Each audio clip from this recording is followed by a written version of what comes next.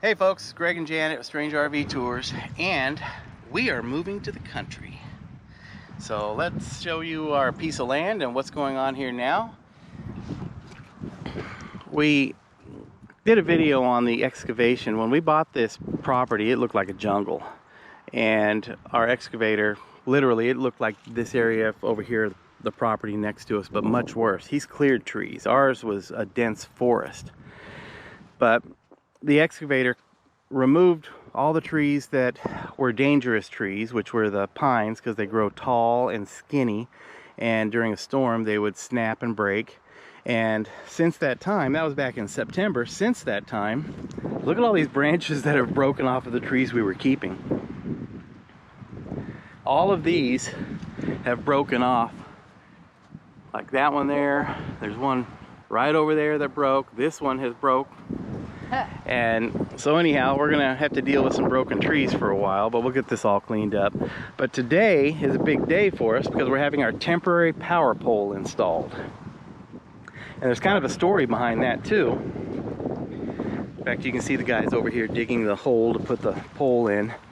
This county requires a 24-foot tall pole as a temporary pole, which is going to actually be tall, probably taller than this pole that you see right here. That pole is going to be removed because we made an appointment with Upshur County Co-op Electric to come out and tell us where we could put the temporary power. I assumed we were going to be able to use that existing pole, but they said no. They said that we didn't install that pole, and that's not the type of pole that we use, that somebody put that pole in there and it wasn't the electric company. Well, there's a story behind that. So there was a guy that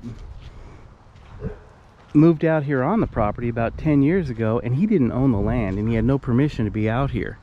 He knew that the owners of the property were an elderly couple, and they would only come out here like once every 2 or 3 years to check the property and make sure everything was okay. And so he brought a travel trailer over here, cut some of the trees away to create this little opening here. And he parked his RV right over just beyond where this existing pole is. And so anyways, while he was out here with no water, no power, no sewer, he stayed here for 6 or 8 months. But anyways, a young couple, freshly married couple, was out here looking for some land to buy. And they saw this piece of land and they really liked it. So he told them, he said, well, you guys interested in buying it? I'll sell it. And he ended up selling the piece of land for like $10,000, which was a ridiculously low price. I mean, it would have been a down payment on the property at the time. And so anyways, this couple, the gentleman that sold it, moved his trailer off the land. The couple came out here and they had this power pole put in. It's never actually been hooked up though. This is as far as they got. And you can see the line running across the street to the other telephone pole bringing the power in, but it was never really installed because the couple never got the deed to the property because the person that sold them to them didn't own it. And so anyways, which kind of scared us later, because when we purchased this piece of property, the state had 60 days to send us our deed and our title. And after 60 days was up, we hadn't received it yet. Then I heard this story about somebody else having purchased it illegally, and so we were starting to panic. We were calling the title company like once every week. Hey, where's our deed? Where's our title? Do we actually own this piece of property? And they, assured us that we did own it, that they were just backed up, and it would be like another month until we got the deed. And we finally did get the deed and title. So we stopped doing anything out here until we got that deed and title in our hand, because I didn't want to put any more money into it. I had already hired somebody to clear the land of trees. So we had an appointment with Upshur County to come out here and look, because we thought this would be our temporary pole. So we thought, oh, they just have to connect the wires. Well, when they came out here and looked at it, they said, no, this pole is not the style pole that we put in. It's not our pole. And the electrician looked at it and he said, I'm surprised that pole hadn't fallen over yet with the weight of the line on it. So we had to go buy a pole, buy all the pieces, to have the temporary power put in, and that's what they're doing today. They're putting in our temporary pole. Now once they get the pole put in and all the electrical box and meter and the weatherhead on it, then Upshur County has 4 to 6 weeks to come out and attach the line from this pole, put our transformer on this pole, and they will then put their pole right here. And that'll be where the service comes into the property. And then what's going to happen is this will be our temporary pole that they're installing now. Once our building is complete and we're ready to have permanent power, they will come back out, take this pole out of the ground, and then they'll run the cable from this pole underground to our building, which is going to sit in the flat area behind these trees. So a lot of work to be done. Yeah. And I'll tell you, out here in the country, because there's not nearly as many electricians, plumbers, builders out here, everything is expensive. And when I mean expensive, putting the temporary power pole in, we had estimates anywhere from $1,200 to $3,500. We had 2 other electricians that we had looked at to come out here and put the pole in, and both times they didn't show up after they had agreed to do the job. They just never showed up.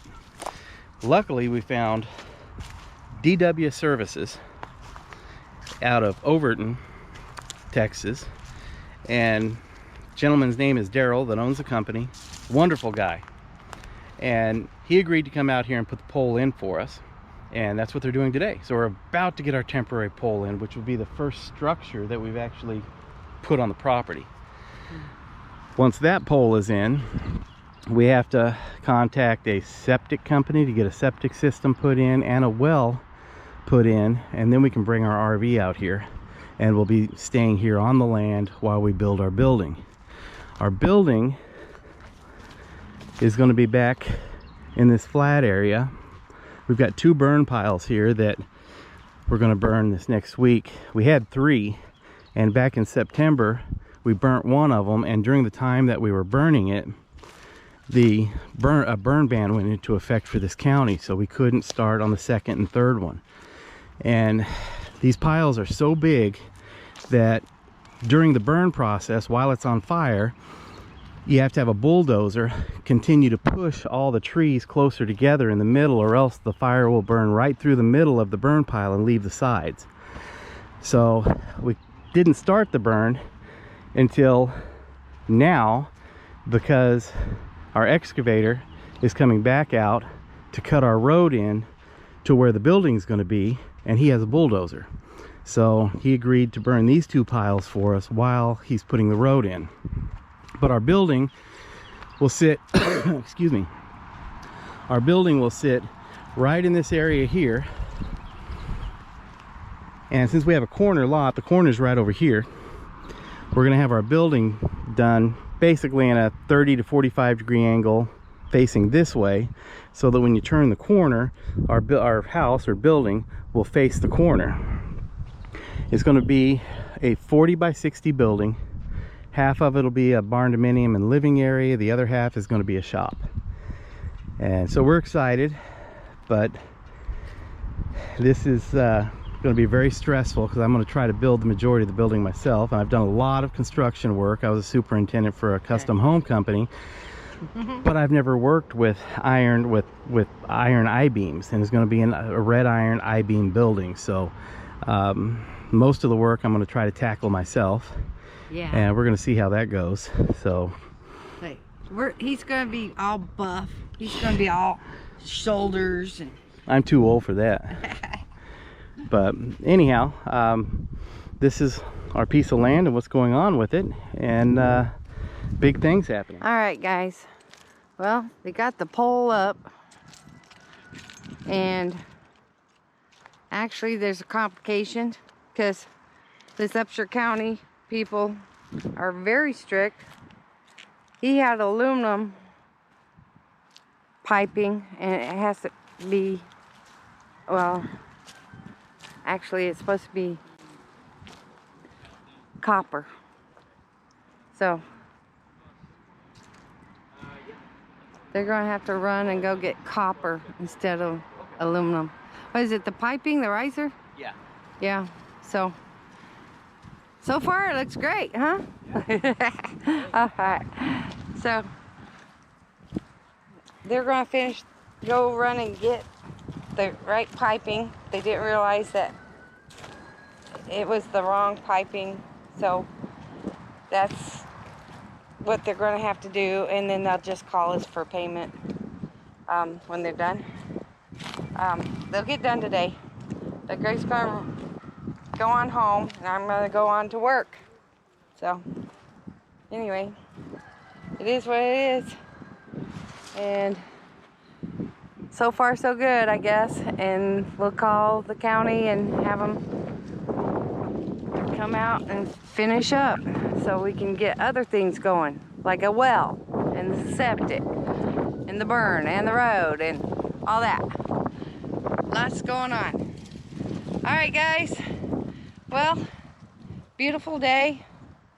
At least this part's getting done. Some progress, slowly. And we'll just keep you informed what's next. I know we're going to get a Connex, so we have a place to put our tools. And this weekend we're going to have all this brush burnt up, I hope. All right, here comes my honey. My honey. All right, talk to you guys later. And like, subscribe, hit the little bell for notifications and all that. All right. Thanks, guys.